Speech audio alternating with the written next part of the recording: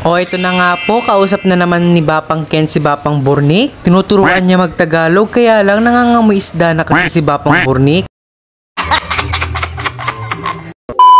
Kaya sabi niya, ligo-ligo rin ba pag may time? Sabi naman ni Bapang Burnik, pas mo na boss, malamig kasi yung tubig tsaka mahal yung sabon. Tingnan mo naman si Bapang Burnik, serious nakikinig kay Bapang Ken? Di naman niya naiintindihan, kala mo naman totoo? Pwede na!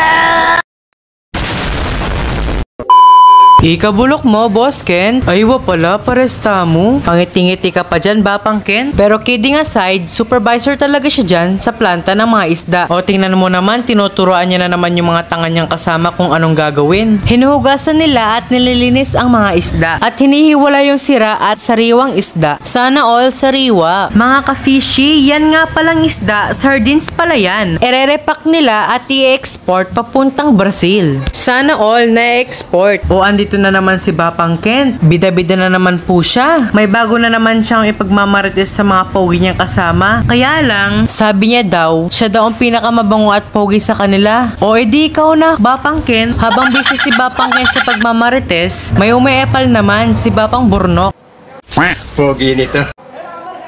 Kapal na mukha mo! At may umepal na naman pong isa,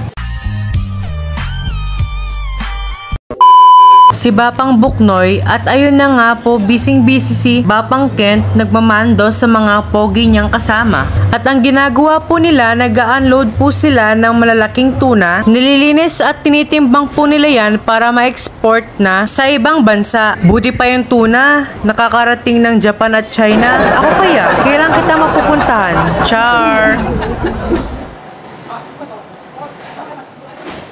O ito na naman po si Bapang Ken. Nai-stress na po siya kasi gabi na. Ang bagal pa ng mga kasama niya. Tsaka nangangamoy bilas ang isda na rin sila. Kaya nagagalit na rin siya. Oo nga pala mga ka-fishy, may isi-share din pala ako sa inyo. May mga nagtatanong din kasi kay Bapang Kent, lalong-lalo na yung mga kamarites niya, ba't daw siya nakapag-apply papuntang Canada? Hindi naman siya nakapagtapos ng college. Syempre, di naman doon nasusukat yun. Kung tapos ka o hindi, basta madiskarte ka at matiga ka lang sa pag-a-apply. At sa mga gusto makapunta ng Canada, please like and comment, and also don't forget to follow our page for more details.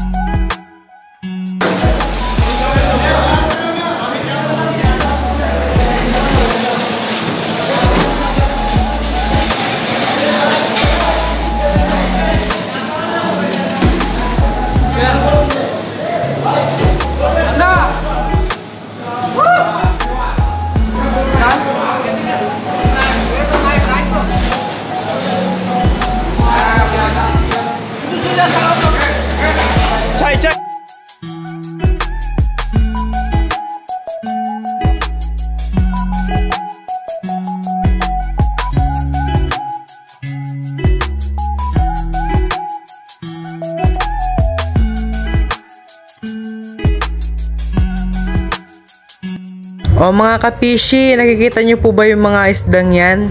Yan po pala yung nginat-ngat ni Pipay. O andito na naman po si Bapang Ken. Ang pogi niya, diba? Mukha siyang barakuda. Char lang. O nga po pala, nautusan lamang po ako ni Bapang Ken mag voice over. Hanggang sa susunod po. Thanks for watching. So weird.